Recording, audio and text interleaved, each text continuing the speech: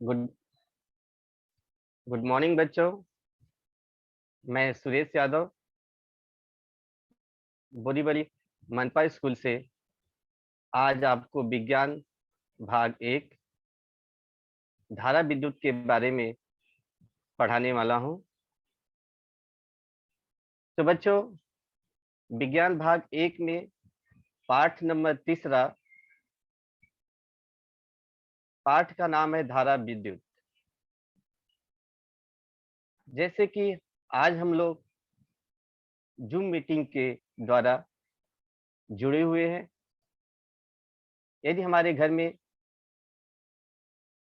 Light cut गई हो या धारा विद्युत नहीं हो तो हमारा मोबाइल चार्ज नहीं हो सकता है। यदि हमारा मोबाइल चार्ज नहीं हो सकता है तो हम लोग आज जो क्लासरूम में जुड़े हुए हैं सभी बच्चे एक साथ 300-400 बच्चे, वो हम लोग जुड़ नहीं सकते हैं। तो इससे हम लोग अनुमान लगा सकते हैं कि विद्युत धारा का हमारे दैनिक जीवन में कितना उपयोग है। विद्युत धारा का हमारे दैनिक जीवन में कहाँ कहाँ उपयोग किया जाता है। आपके स्क्रीन पे कुछ आकृति दिख रही होगी, जैसे कि फ्रिज, विद्युत ओवन, मिक्सर, पंखा, धुलाई यंत्र जिसे हम लोग वॉशिंग मशीन कहते हैं, रोटी मेकर, मोबाइल चार्जिंग, लैपटॉप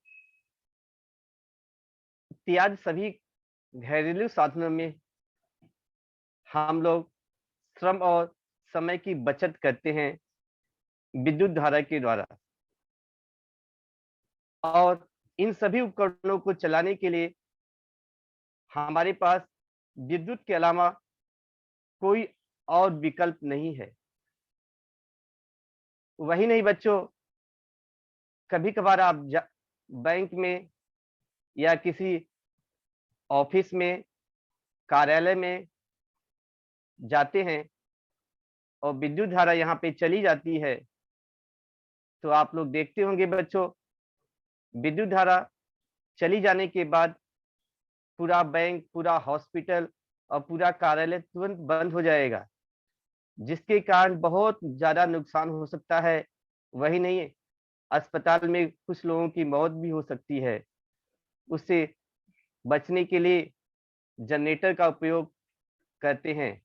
वही नहीं बच्चों, आप गांव में कुछ घरों में देखते होंगे कि यदि लाइट चली जाती है, विद्युत धारा चली जाती है, विद्युत धारा चली जाने के बाद इन्वर्टर का उपयोग किया जाता है।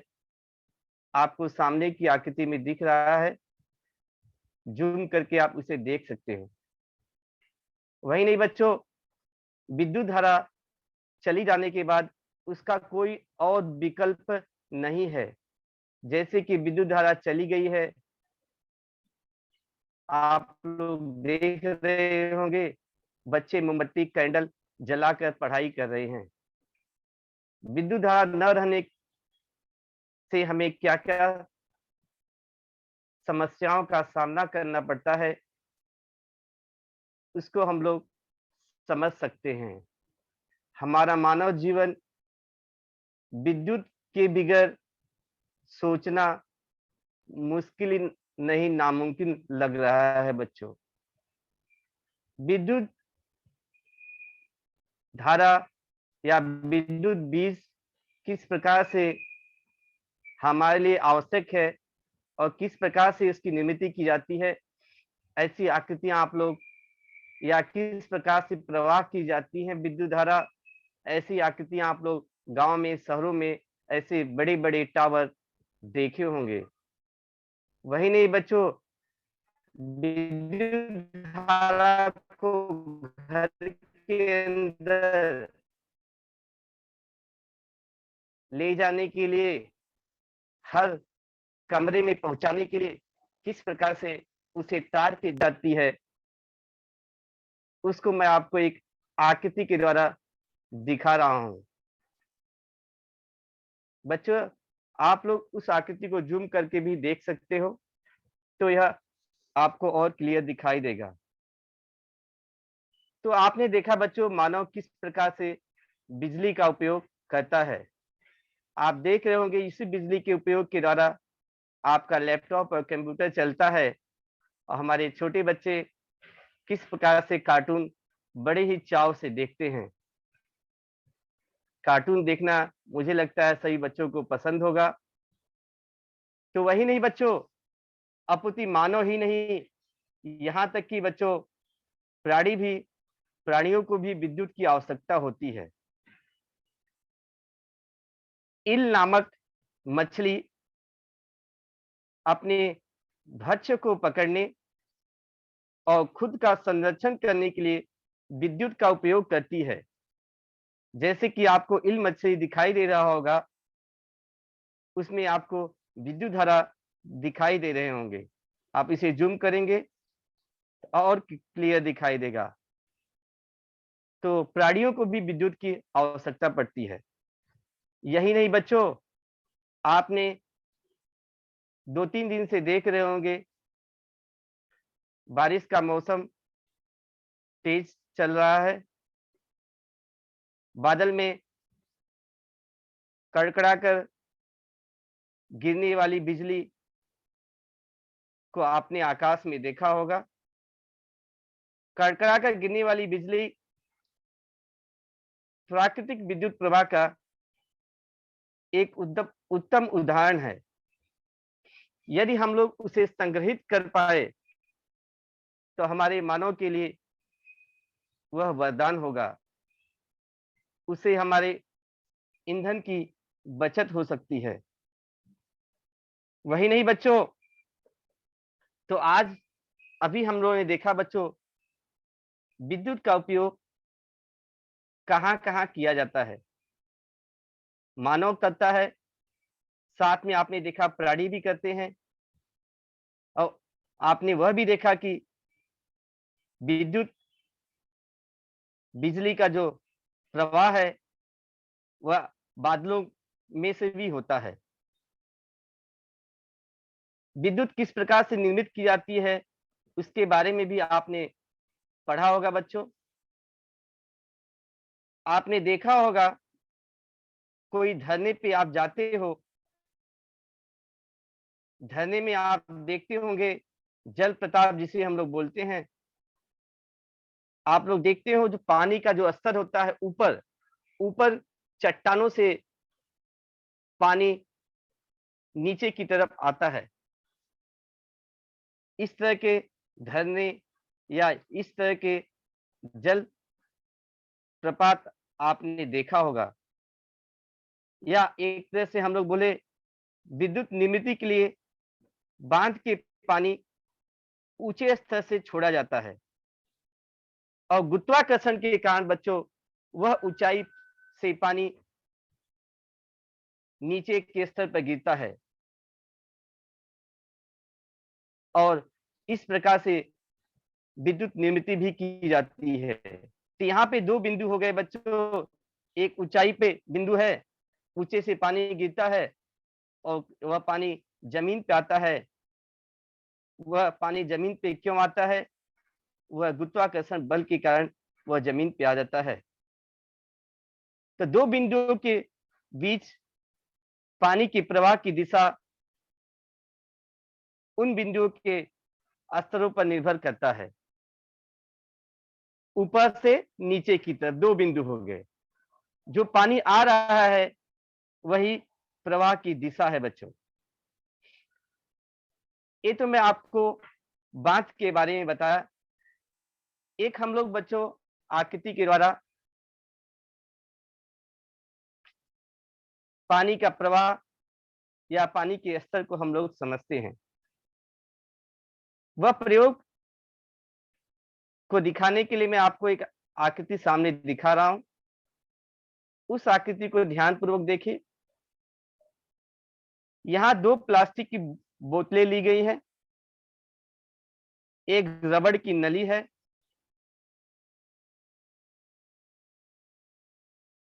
एक चिमटा है और पानी है। तो 4 चीजें हैं बच्चों, प्लास्टिक की 2 बोतलें हैं, रबड़ की नली है, चिमटा है और पानी है। आप देख रहे होंगे दोनों बोतल के अंदर पानी भरा हुआ है।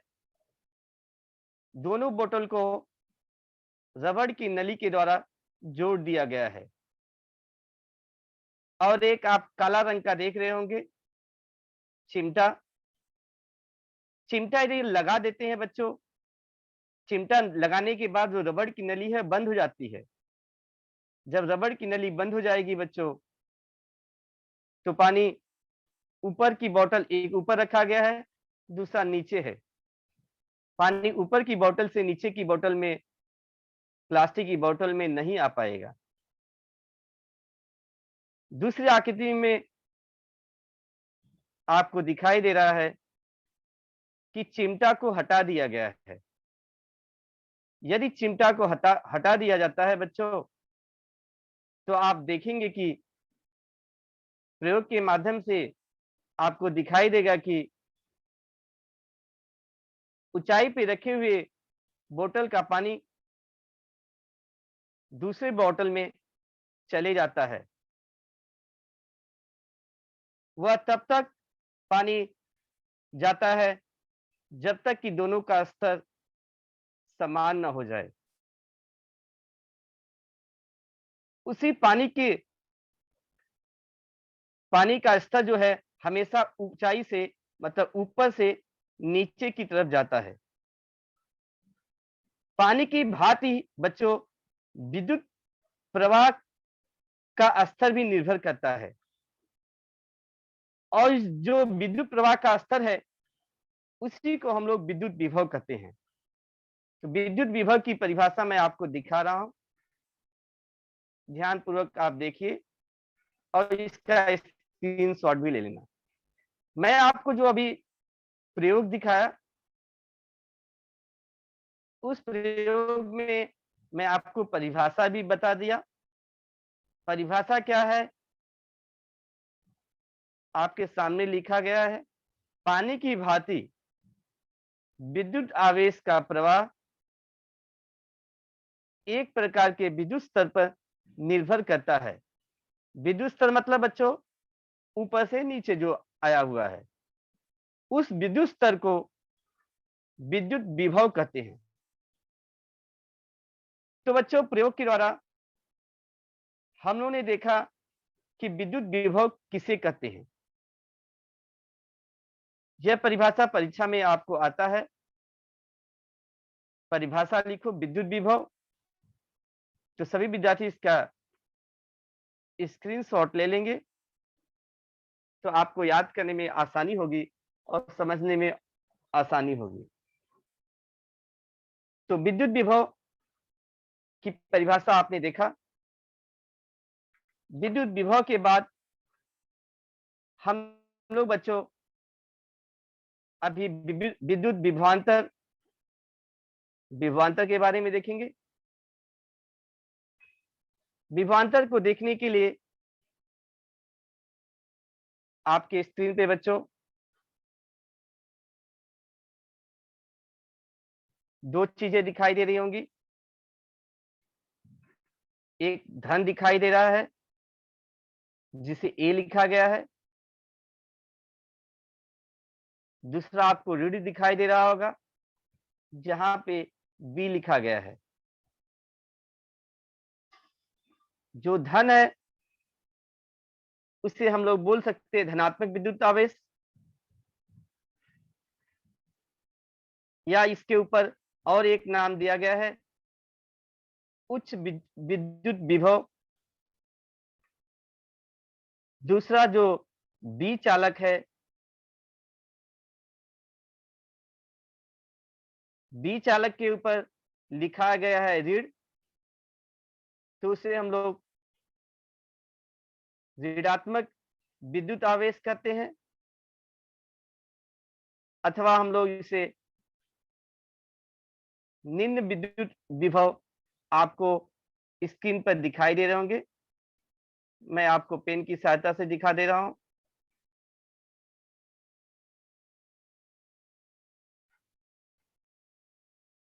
चालक ए है बच्चों, चालक ए, ये धनात्मक आवेशिक है, इसके ऊपर लिखा गया है उच्च विद्युत विभव। चालक बी है, ऋणात्मक आवेशिक है और उसके ऊपर लिखा गया निम्न विद्युत विभव।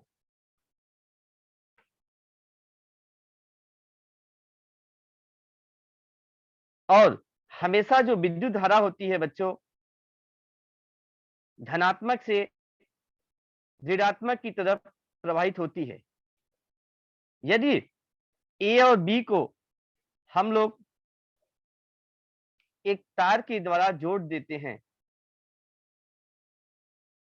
जैसे कि आपने अभी देखा कि आकाश में चमकने वाली बिजली भी कम विभव वाले बादलों से अधिक विभव वाले जमीन तक आने वाला इलेक्ट्रॉनों का प्रवाह होता है। हमेशा अधिक विभव से, यहां पे आपने देखा इलेक्ट्रॉनों का प्रवाह कम विभव वाले बादलों से अधिक विभव वाले जमीन पर होता है, लेकिन जो विद्युत का प्रवाह होता है वह अधिक मतलब धनात्मक से ऋणात्मक की तरफ होता है। उसी विभवांतर को समझने के लिए आपने दो चालक देखा, चालक ए और चालक बी। दोनों जो विभवों के बीच के दरमियान जो अंतर है,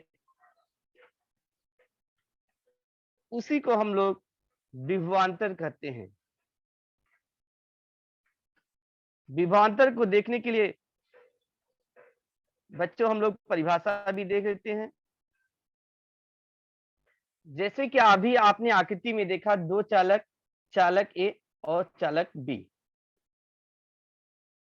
मैंने आपको बताया दोनों विभव मतलब दोनों विभवों के अंतर को उन चालकों के दरम्यान का विभवांतर कहते हैं। परिभाषा आपके सामने दिखाई दे रहा होगा स्टूडेंट। मैं आपको आकृति के द्वारा भी दिखा रहा हूं।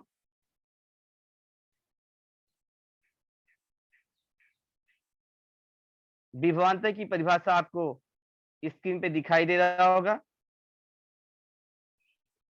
एक बार मैं और रिपीट करता हूं बच्चों। चालक ए और चालक बी, इन दोनों विद्युत विभवों के मतलब उनके सिरों के अंतर को उन चालकों के दरम्यान का विभवांतर कहते हैं। तो दूसरा परिभाषा है बच्चों, विभवांतर किसे कहते हैं? चालक ए और बी, इन दोनों के विद्युत विभवों के अंतर को उन चालक के दरमियान का विभवांतर कहते हैं, जो कि आपने आकृति में देखा।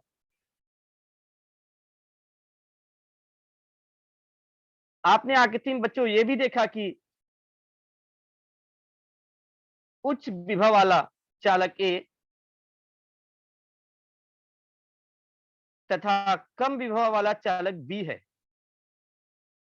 आकृति के ऊपर लिखा गया है, यदि उन दोनों चालकों को विद्युत चालक तार से जोड़ा जाए तो तार के दोनों सिरों पर विभवांतर का निर्माण होता है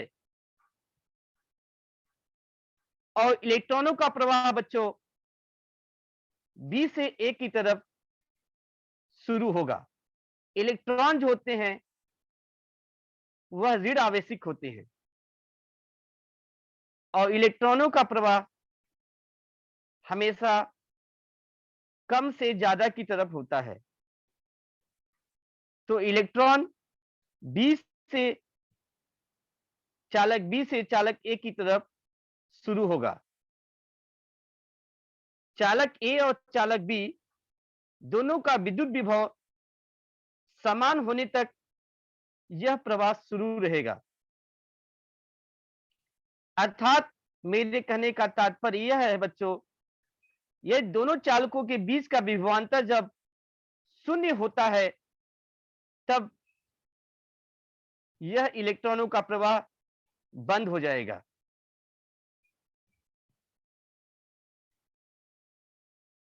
तो आपने देखा बच्चों, बिंदु ए से बिंदु बी तक, बिंदु ए से बिंदु बी तक बच्चों मैं आपको आकृति के द्वारा फिर से दिखा रहा हूं। एक मिनट आप लोग बने रहिए।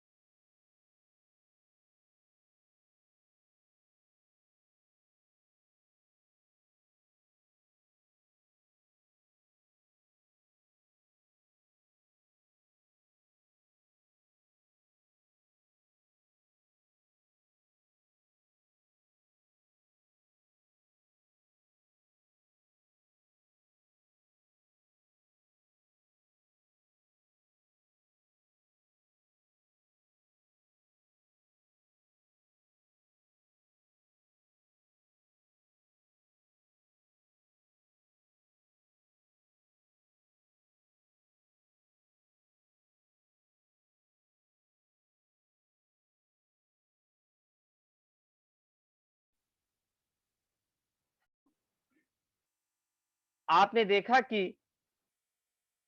किस प्रकार से विद्युत उच्च विद्युत विभव से निम्न विद्युत विभव की तरफ जाता है। जब कोई भी आवेश उच्च विभव से निम्न विभव की तरफ जाता है या गति करता है तो वहां पे कार्य होता है बच्चों।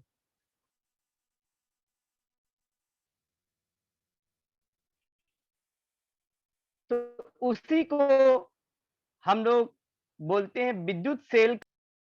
जब हम लोग उसको विद्युत सेल के द्वारा या बैटरी के द्वारा जोड़ देते हैं से विद्युत सेल का विभवांतर हम ज्ञात कर सकते हैं, उसे हम लोग देखते हैं। जैसे कि परिभाषा है बच्चों, इकाई धनात्मक आवेश को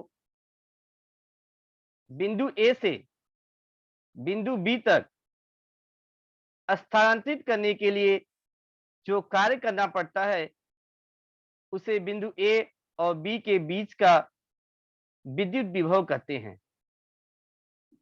मैं आपको आकृति दिखाया हूं, उसी आकृति का उपयोग यहां पे किया गया है। जो मैं आपको आकृति दिखाया हूं उसी आकृति का उपयोग यहां पे किया गया है। जब ए से बी की तरफ जा रहा है, जब इसमें बैटरी जोड़ दी गई है तो वहां पे कार्य करना पड़ता है, और जब कार्य करना पड़ता है तो बिंदु ए और बिंदु बी के बीच का विद्युत विभव कहते हैं। अब इसके सूत्र को कैसे हम लोग ज्ञात करेंगे, आपको नीचे के स्टेप में लिखा गया है। दो बिंदुओं के दरम्यान का विभवांतर बराबर, हमें विभवांतर ज्ञात करना है। तो दो बिंदुओं का विभवांतर बराबर कार्य ए और बी के पास जब स्थानांतरित होता है तो इसे कार्य करना पड़ता है, कार्य बटे स्थानांतरित हुई कुल आवेश। तो विभवांतर को बच्चों हम लोग भी के द्वारा दिखाते हैं। तो विभवांतर के नीचे आपको भी लेटर दिखाई दे रहा होगा, इज इक्वल टू, कार्य को हम लोग इंग्लिश में बोलते हैं वर्क डन, तो इसे W के द्वारा दिखाया गया है। और जो आपका आवेश है, आवेश को लेटर Q के द्वारा दर्शाया गया है। तो आपका जो शॉर्टकट सूत्र है जिसको हम लोग रिप्रेजेंट करते हैं गणितीय सवाल हल करने के लिए,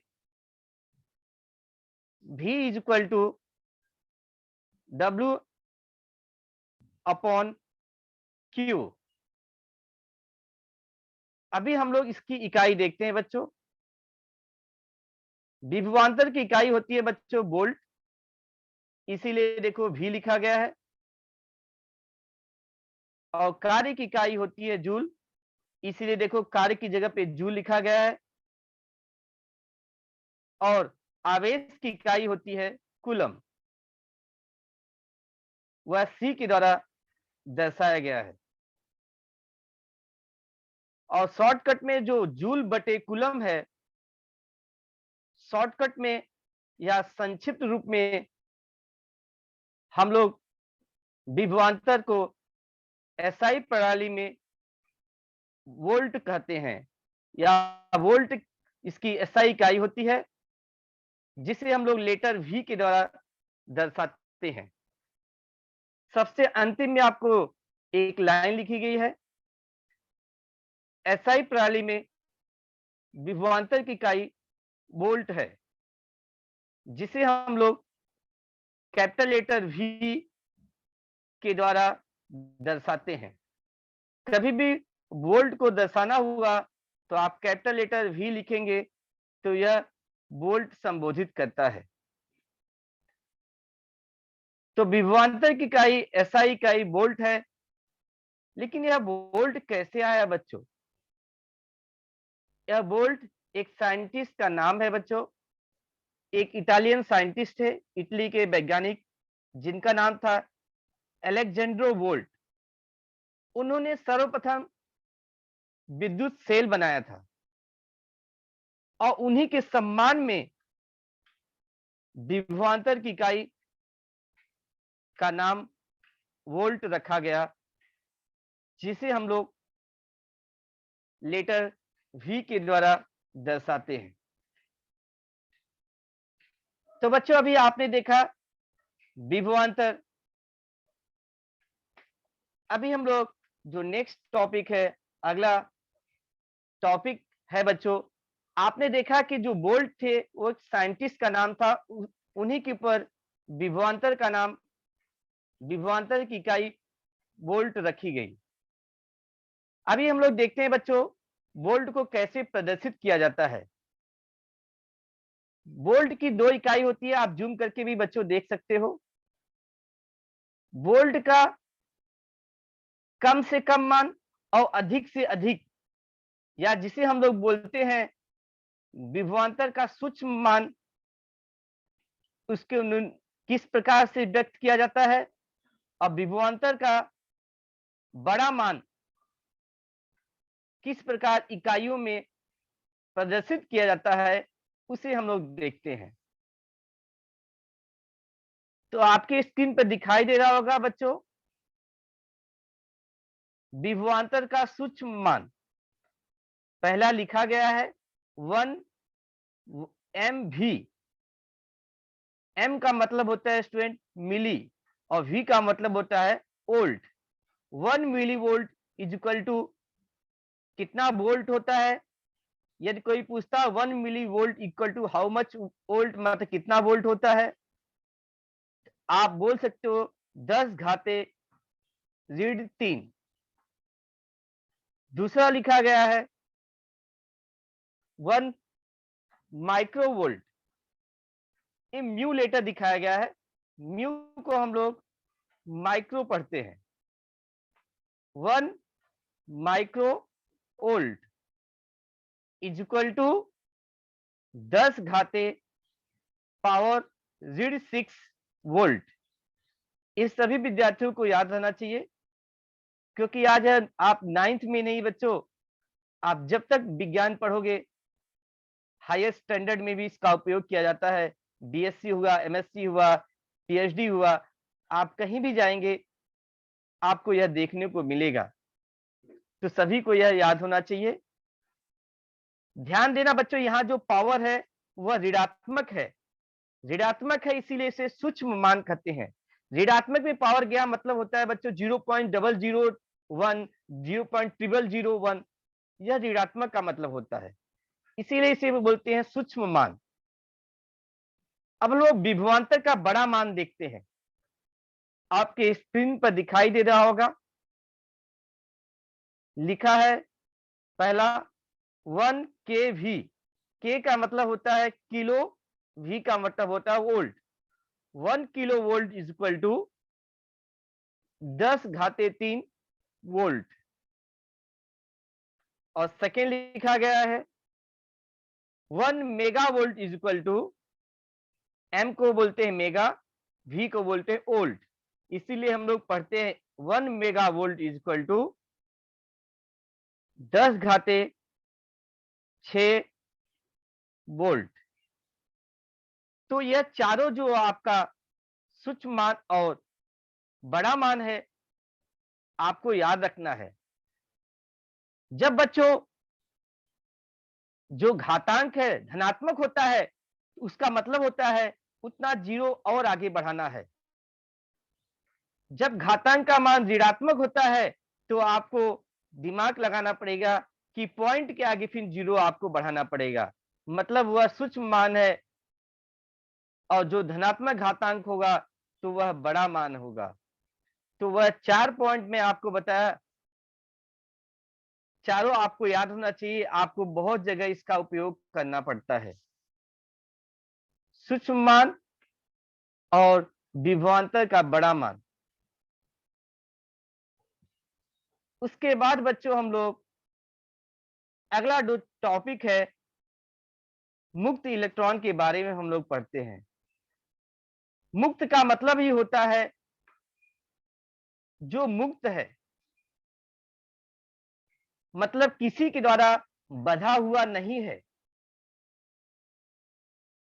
जो मुक्त है, जो किसी बल के द्वारा आबद्ध नहीं है, उसे ही हम लोग मुक्त इलेक्ट्रॉन बोलते हैं। और मुक्त इलेक्ट्रॉन का मतलब होता है, इंग्लिश में से बोलते हैं मुक्त का मतलब होता है फ्री। इसे हम लोग बोलते हैं फ्री इलेक्ट्रॉन।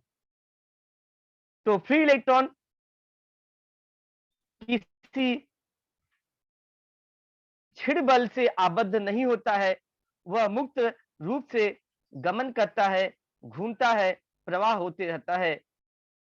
उसे हम लोग मुक्त इलेक्ट्रॉन कहते हैं।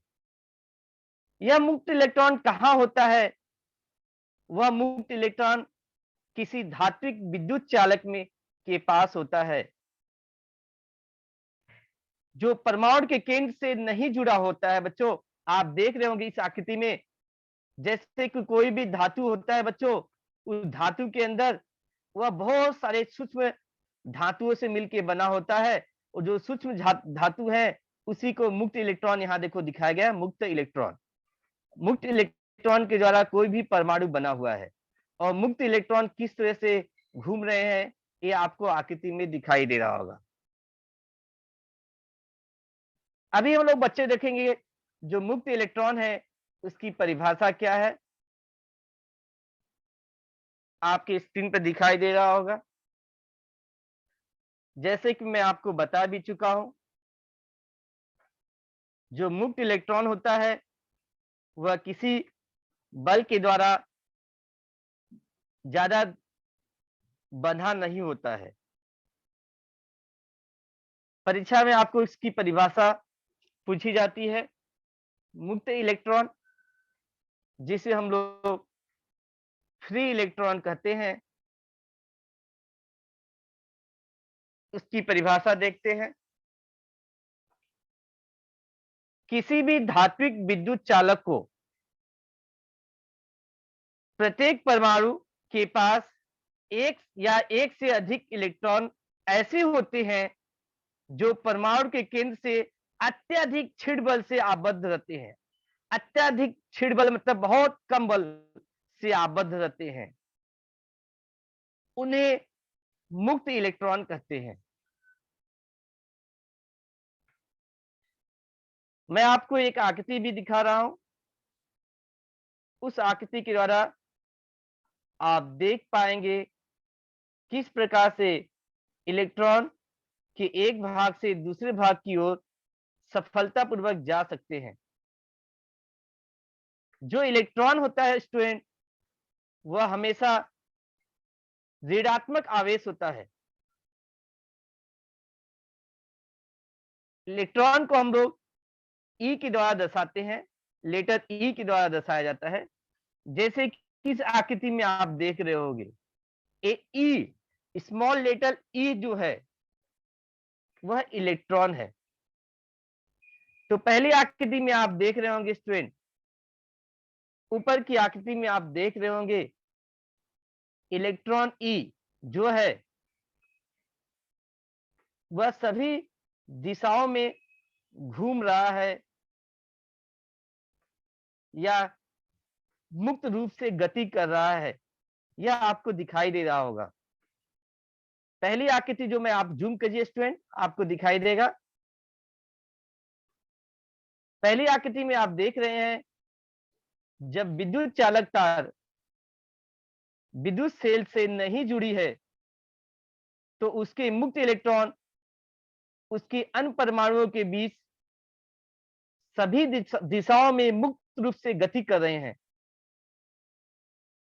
आप देख रहे होंगे कोई ऊपर जा रहा है, कोई नीचे जा रहा है।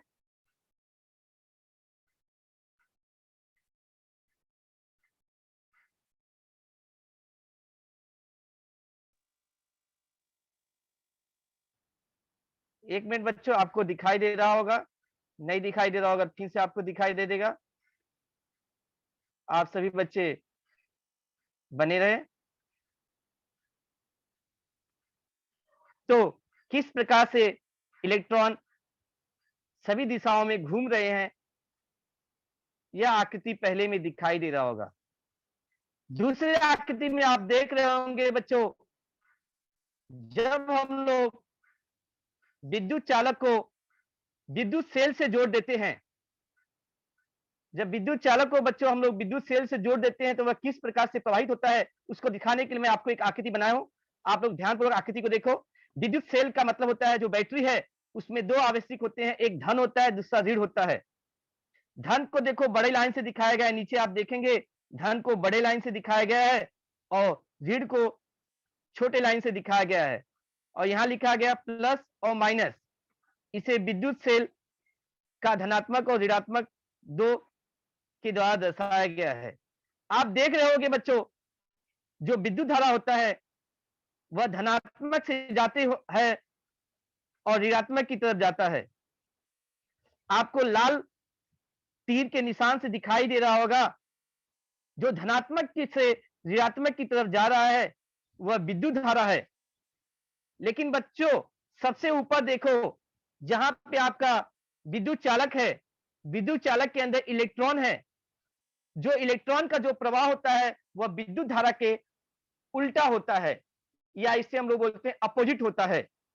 तो इलेक्ट्रॉन का जो प्रवाह है बच्चों, आप देख रहे होंगे ऋणात्मक से धनात्मक की तरफ दिखाई दे रहा होगा, जो कि मैं काले अक्षरों में एरो के द्वारा सबसे ऊपर दिखा रहा हूं।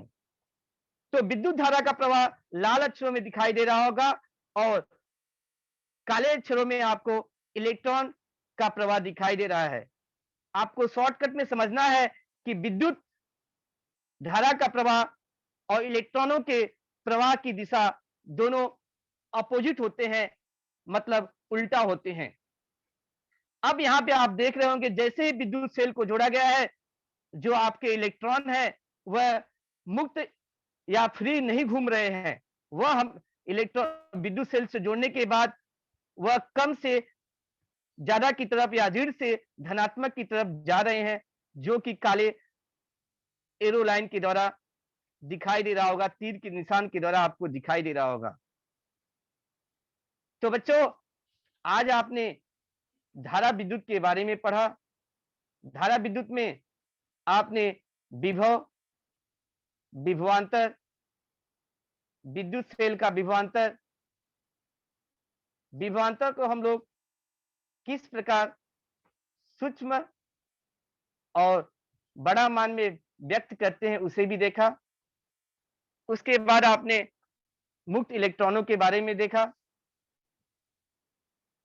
और साथ में ही बच्चों आपने देखा विद्युत सेल लगाने के बाद विद्युत धारा की दिशा और इलेक्ट्रॉनों के प्रवाह की दिशा किस प्रकार से अपोजिट, विरुद्ध होती है, उसको आपने आकृति के द्वारा देखा। तो बच्चों, बताता हूँ, किसी किसी को कोई डाउट है